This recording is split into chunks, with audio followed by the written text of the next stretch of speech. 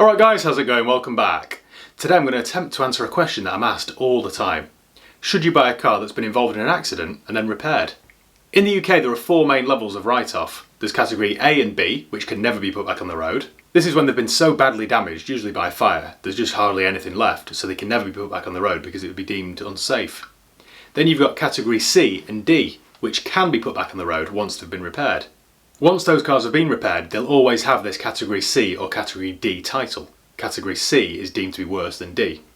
A couple of years ago they changed this, so now a Cat C is known as a Cat S. Now the S stands for structural, so it's had structural damage. And Cat D was changed to Cat N. The N stands for non-structural. Usually this is just a cosmetic thing, like a scrape down one side or a cracked bumper or a bonnet. But once you've had the accident, if the insurance assessor deems that it would cost at least half of the car's value to put back on the road, then they'll usually just write it off. I've had quite a few of these pass through my hands over the years, and there's one really important thing to mention.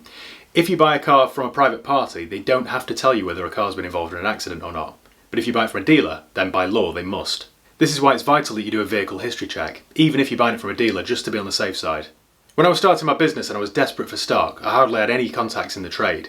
I was scouring Gumtree, Facebook Marketplace, eBay every single night looking for stock.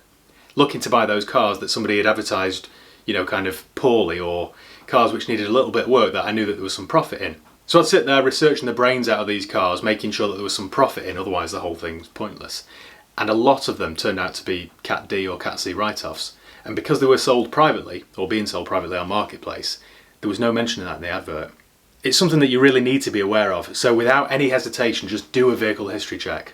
Just for a bit of fun, I'm going to go onto the internet now and check out some cars that are for sale, and check the vehicle's history, and see what we find. You might be surprised.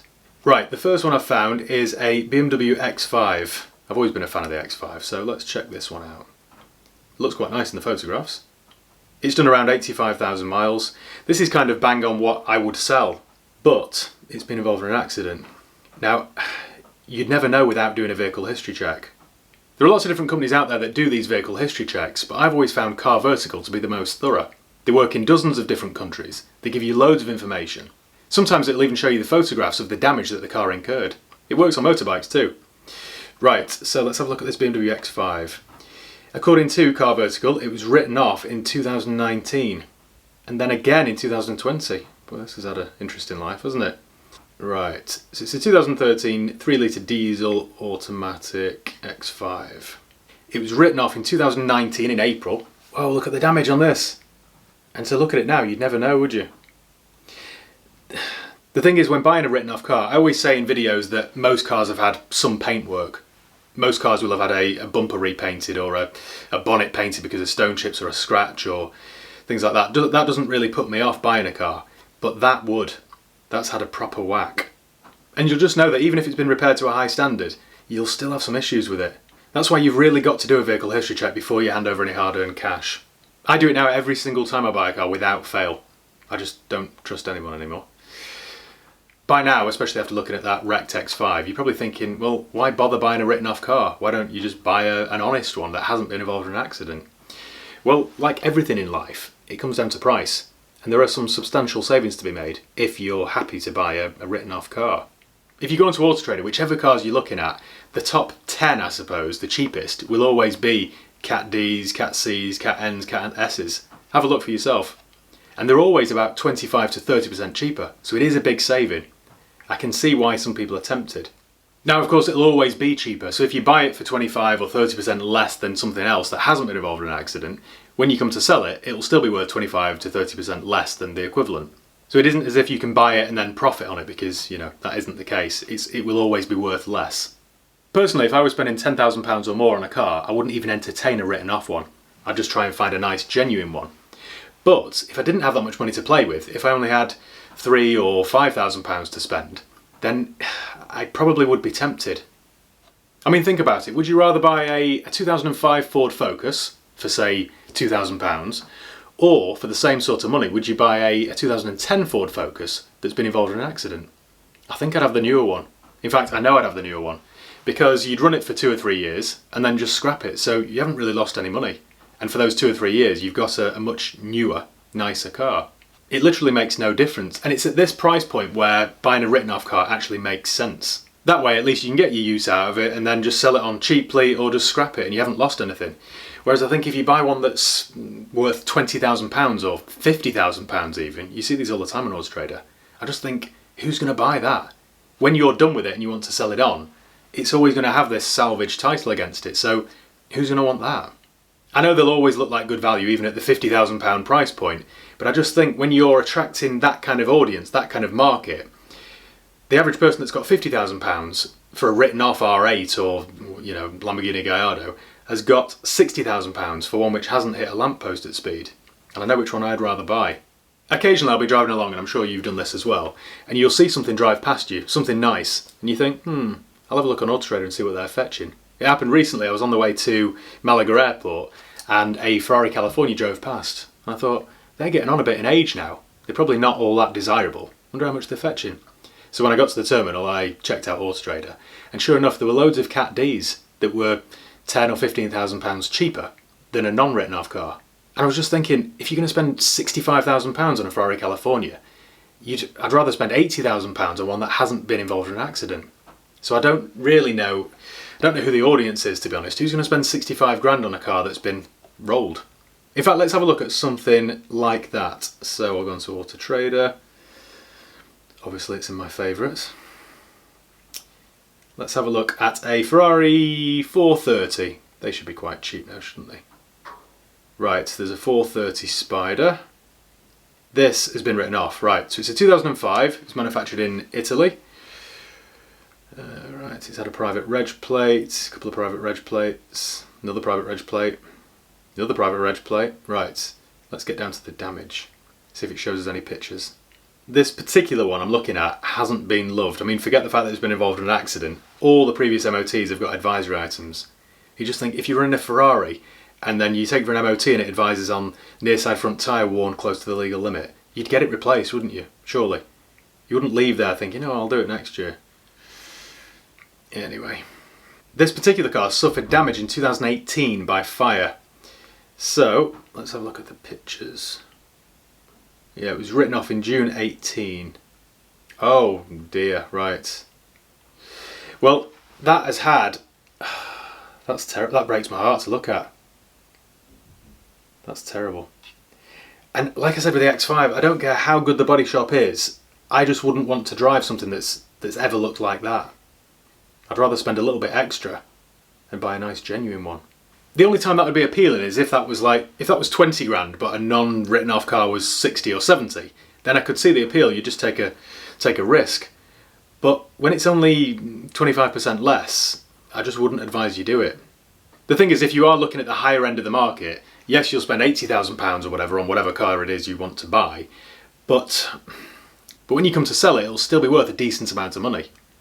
I mean, you have got to be realistic. Even if you spend £80,000 on a car, it might have had some paintwork, but at least it hasn't ever looked like that. I was at a big main dealer recently. I won't tell you the name because I don't want to badmouth them or anything, because the service was very good. But I was chatting with the salesman, and they'd got a delivery of brand new cars, and these cars were like £120,000. And one of the valeters had written this car off, or, you know, crashed it into a post or something and done a load of damage.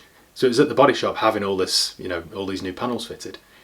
So I was thinking, somebody now is going to spend £120,000 on what they think is a brand new car, and it'll have been already in the body shop. You don't know what you're buying, so it's definitely worth doing a vehicle history check. That, I think, is the thing that bothers me most. Not whether it's had paintwork or not, but my ability to shift it on once I'm bored with it. Buying a car that's had a bit of paintwork doesn't bother me in the slightest. I'm completely realistic to that. But what bothers me is buying an expensive one that's been involved in an accident that's recorded, because then it just limits my ability to shift it on once I'm bored. And you will get bored. Everybody gets bored. When I was buying my AMG GT, I could have saved £10,000 or £15,000 and bought one that had been involved in an accident. But why? What am I going to do with it then in a year or two's time when I'm bored with it and I want to move it on? Who's going to want to give me, I don't know, £40,000 for one that's been rolled? You just wouldn't, would you? You'd go and spend 50 with one with good provenance. I realise I'm probably in the minority there, because most people, 90% of the people that I meet, don't value value. They've got the blinkers on and all they see is price. Oh, that's cheaper, I'll go with that one. Well, no, that one's better value, even though it's more money. That one's better value, go with that one. Well, yeah, but that's cheaper. Fine, do what you want. You've got to stop buying cheap and appreciate value. Now, like I said earlier, on the cheaper end cars, buying a written off car wouldn't bother me in the slightest, because that does represent good value, because the resale doesn't really matter, does it? If it's worth £500 less when you come to sell it, it doesn't really matter. But when it's suddenly worth £10,000 less because you're buying a high-end car, that's when it really starts to hurt.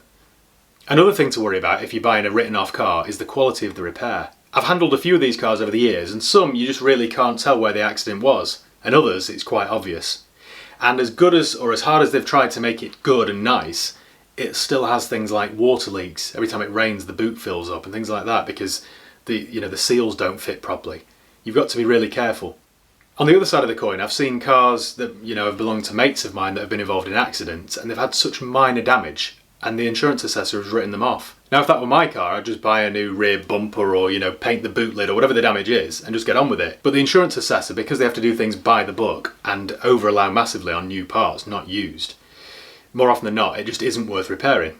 So you could have a car that's listed as a Cat D or a Cat N now that really has only had a minor little shunt or a minor scrape. I'll tell you another story. I had a car once, I don't know how I got involved in this to be honest, but you live and learn.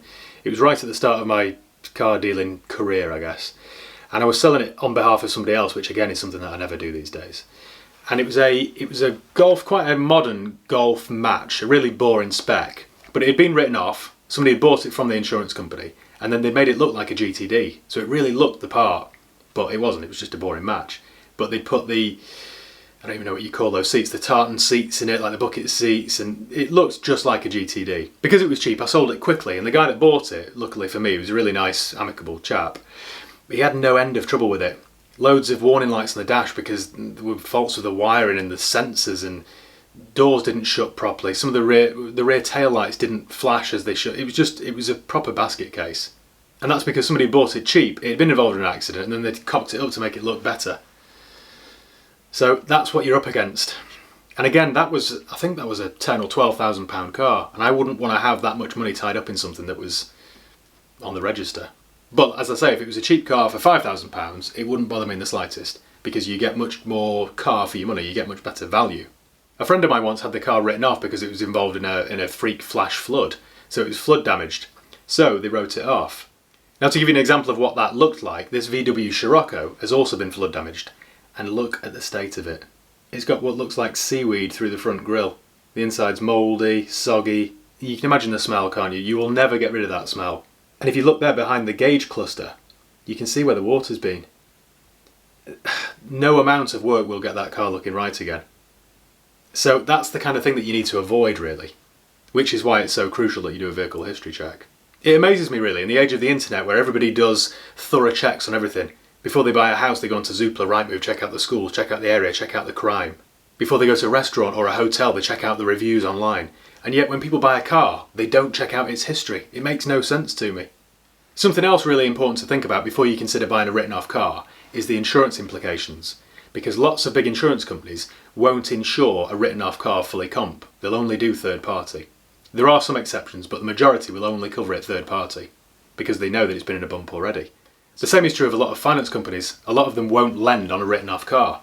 So, back to what I said at the beginning, if you're spending £3,000 or £4,000 or £5,000 on a car, yes, if you can find one that's been written off and it gets you more car for your money, why not? But on a more expensive one, especially if you've got to borrow money for it, no, red flags. When you're going looking for a car to buy, as good as you think you might be, or you might take your dad with you or your uncle who used to be in the trade or used to be a mechanic, as good as they think they are at spotting something, more often than not they'll just miss big things. Let me show you, for example, this Mercedes CLA. Now, in the photographs, looks very nice, doesn't it? You would never know that this has had an accident. I can't see any obvious damage, there's no obvious difference in paint. Obviously it might be different when you get up close to it.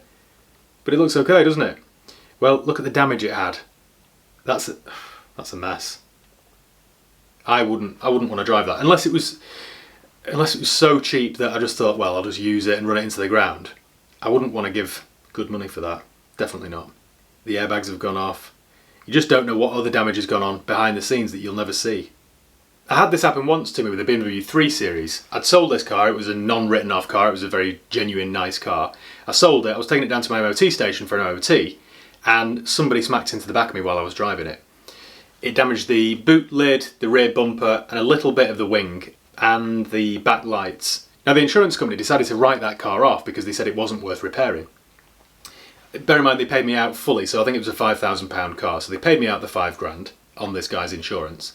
Then I think I bought it back off the insurance company for about 1,800 quid or £2,000, I can't remember the exact figure, but it was cheap. Then I went to a scrapyard and bought a boot lid, a rear bumper, some new rear lights, then took it to my body shop, got them to fit it all and then paint it back in the colour, and then I sold it to a mate of mine who knew the full story. I didn't, pull the wool over his eyes. But he got a cheap car, and I knew exactly what had happened because I was in it when it happened. So it wasn't a really serious crash. The airbags didn't go off or anything like that, so that kind of thing wouldn't concern me. It's when you see stuff like that that really would. If you're buying a car privately that's been involved in an accident, I think you're within your rights to ask the seller what happened. They might have photographs of it, and if it was just a scrape down one side but the insurance company's written it off, then fine, happy days. If, on the other hand, it's been on its roof or at the bottom of a lake, then I'd walk away. Well, I think that's about it. I hope that's answered your question because, like I say, I was asked this question an awful lot.